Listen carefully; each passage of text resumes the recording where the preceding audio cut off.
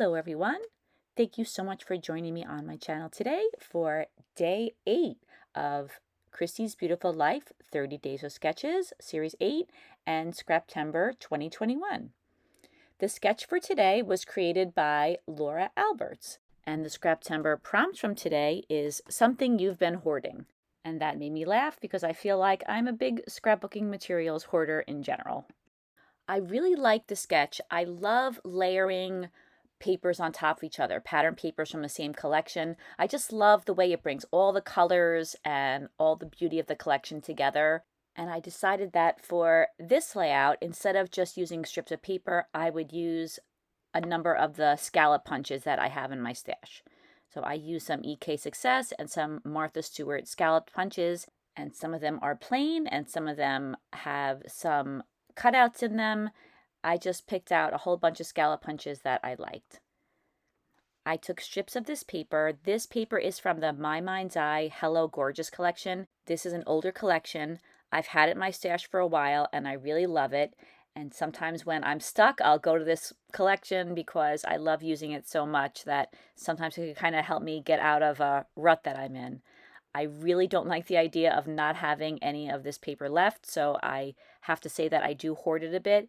But one nice thing about a sketch like this, where there are strips of paper, you can use whatever bits and pieces that you have of your pattern papers and not use up a whole lot of pattern paper, but still get the full look of the collection. So this is definitely a collection that I hoard. I really love the colors of this collection, and I love the roses that are on the pattern papers, and you'll see those in a little bit. So to make that large strip, now going back, I took a sheet of scrap white cardstock and I layered all of those strips of paper, starting at the bottom, going up to the top so the scallops would fall correctly, and then I just trimmed them a little bit.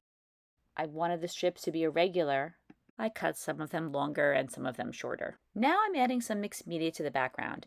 I just wanted the mixed media to be a subtle little hint of color. I didn't want it to overpower the pattern papers. I was just in the mood to add a little bit of mixed media to the layout. So I started with a heavyweight piece of cardstock, 120 pounds, and I covered it with some white gesso. And then I took out some of my mixed media products. I decided to use Reese watercolor creams. They are rainbow shimmer colors. And I chose the pink and the yellow. And you could see here that I'm just scribbling them on a piece of plastic, adding some water, and squishing them down to the background. I place the large strip of paper over the background just to make sure that the color is in the right spot. Now I'm layering together some papers for the background. I took a sheet of paper that I know I'm not going to use. That's the back of it. And I attached down that gutted out floral blue paper. I think that's such a pretty paper. I gutted out another piece of pattern paper. That's a pink paper. I cut it a little bit smaller. And I'm just lining it up and pressing it down. Then finally I layer my background on top. I cut that to size. And I put a lot of ATG adhesive on the back because that mixed media paper is a little bit wavy and it's also very thick. And I wanted to apologize that in this video, there are moments when the light from the window that's next to me just floods the whole video and things look very washed out. I'm not an expert on lighting, although I have made many steps to try to improve the lighting on my videos. But I didn't realize that this was happening. Although I knew it was sunny, it didn't look like it was washing out my video. So all I can say is I'm sorry for that, and I hope that the next one will be better for you. This is a photo of my younger daughter, Julia. We were in a museum, and she was holding a doll hand, and it just made the photo look funny. It looked like her hand was very small, but it's just a very small plastic hand she was holding.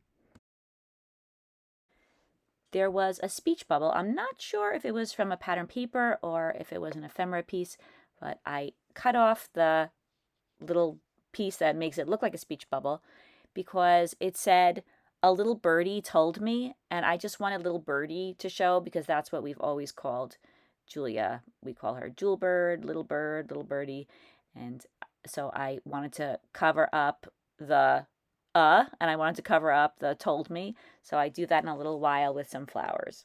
But for now, I'm popping up my photo, which you saw that I mounted it on some white paper and some pattern papers. And I also pop up this little birdie, which is going to be the title, on some foam. And here I'm arranging some flowers to cover up those words that I didn't want. You could see off to the left, there are a whole bunch of fussy cut flowers. And that's one of the things I absolutely love about this collection. The flowers in the collection, I just think they're so beautiful. They're all fussy cut out. I don't have a lot of the embellishments for this collection. I have a few, but it's really the pattern papers that I love. And you can make your own embellishments because there are so many beautiful flowers to cut out. So I make a cluster of flowers using those fussy cut pieces. Like I said, I wanted to cover up some of the writing. And then I put a cluster on the top right-hand corner and another one in the lower left-hand corner, and then one on the lower right-hand side of the photo. I use some of the larger flowers that I cut out, and then some smaller ones as well. Some of the pattern papers have large flowers and small flowers. Some of them have small flowers, so I just cut out a whole variety of them. Now I'm popping up each of those clusters using some foam. And I don't want you to have to sit there and watch me add foam to all of those flowers, but I do add flowers to all of those large roses that are on the layout. And then I attach them down with some ATG adhesive. I didn't pop up the flowers that are underneath the title.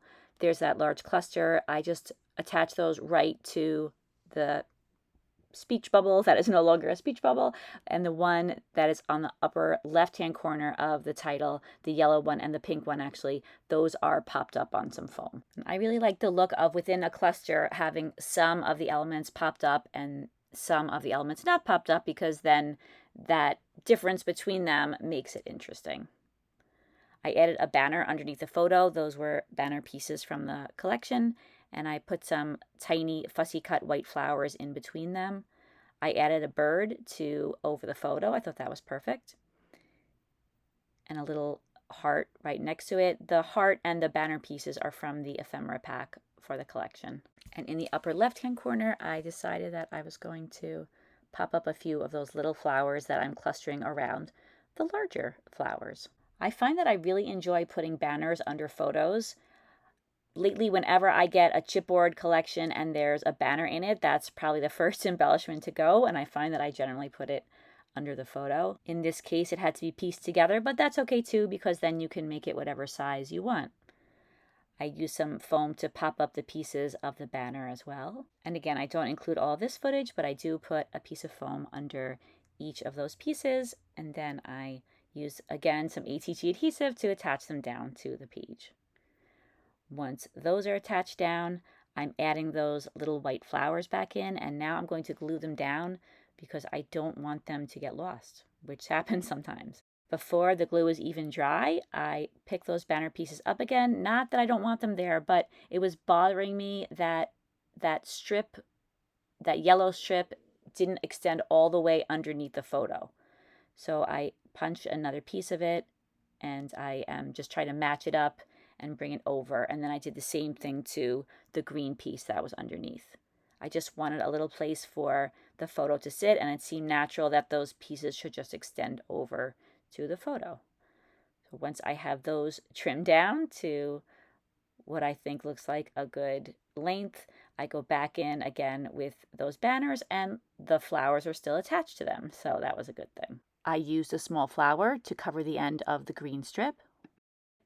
And then I added another white flower to the banner on the left because it looked a little bare without that. Now I'm using some Bow Bunny enamel dots and adding a very small pink dot in between all of those banner pieces, right on those little flowers. And then I'm using some others to add to the center of mainly the smaller flowers.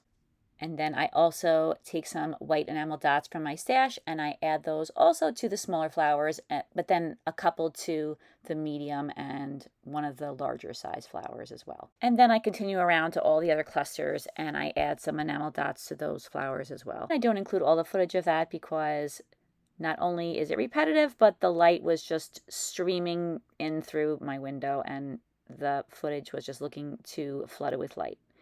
So now that all the enamel dots are in place, I took out some of these chipboard buttons, and I like the way these look scattered across the strips of paper. And here I'm punching out some of the chipboard pieces that were still in the buttonholes.